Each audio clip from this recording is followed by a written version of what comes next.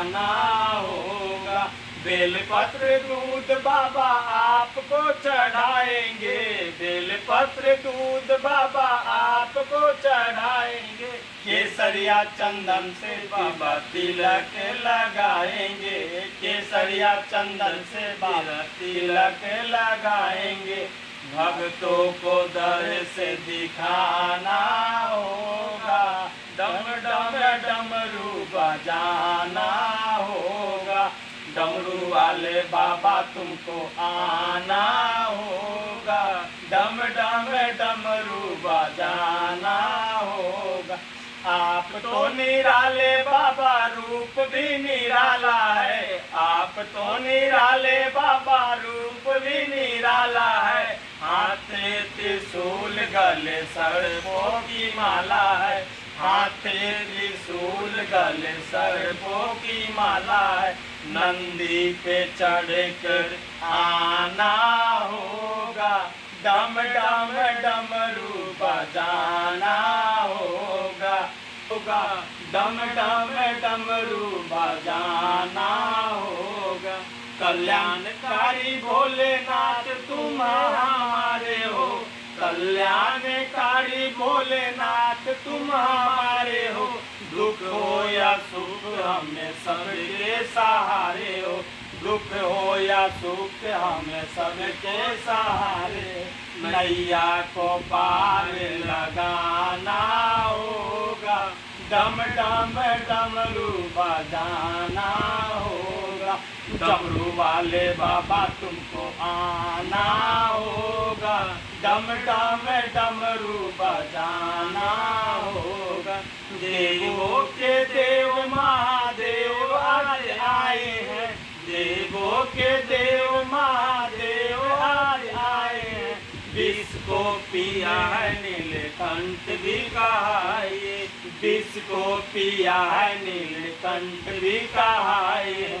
भक्ति से शिव को मनाना होगा, डम डम डमरू बजाना होगा।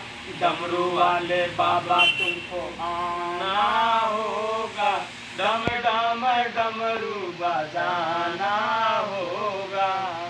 एक नंबर ना रे आरती उतारू है राम जी के आरती उतारू है सखी, उतारू ए सखी हो, उतारू ए सखी, उतारू ए सखी हो, उतारू ए सखी।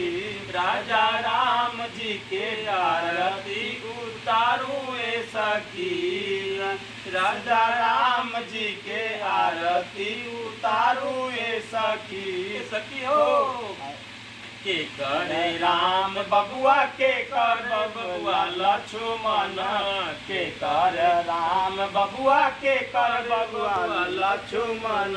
के कर भरत बुआले सखी, सखी हो के कर भरत बुआले सखी।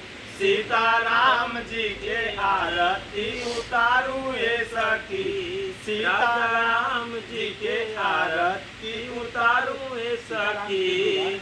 कौशल्या के राम बबुआ, सुमित्रा के लक्ष्मण, कौशल्या के राम बबुआ, सुमित्रा के लक्ष्मण।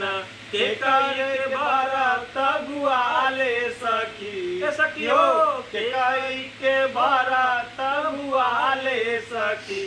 सीताराम जी के आरती उतारू ए सखी, सीताराम जी के आरती उतारू ए सखी। सखी हो राजा राम जी के आरती उतारू ए सखी। कौन रंग राम बबुआ, कौन रंग लक्ष्मण, कौन रंग राम बबुआ, कौन रंग लक्ष्मण। कौन रंग भरत बुआले सखी, सखी हो कौन रंग भरत बुआले सखी। सीताराम जी के आरती उतारू ए सखी, सीताराम जी के आरती उतारू ए सखी। राजा श्याम रंग राम बबुआ गोरे रंग लक्ष्मण श्याम रंग राम बबुआ गोरे रंग लक्ष्मण पीत रंग भरत बुआले सखी सखी हो पीत रंग भरत बुआले सखी सीताराम जी के आरती उतारू हे सखी सीताराम जी के आरती उतारू हे सखी राजा राम जी के आरती उतारू हे सखी रारो भाई के आरती उतारू हे सखी।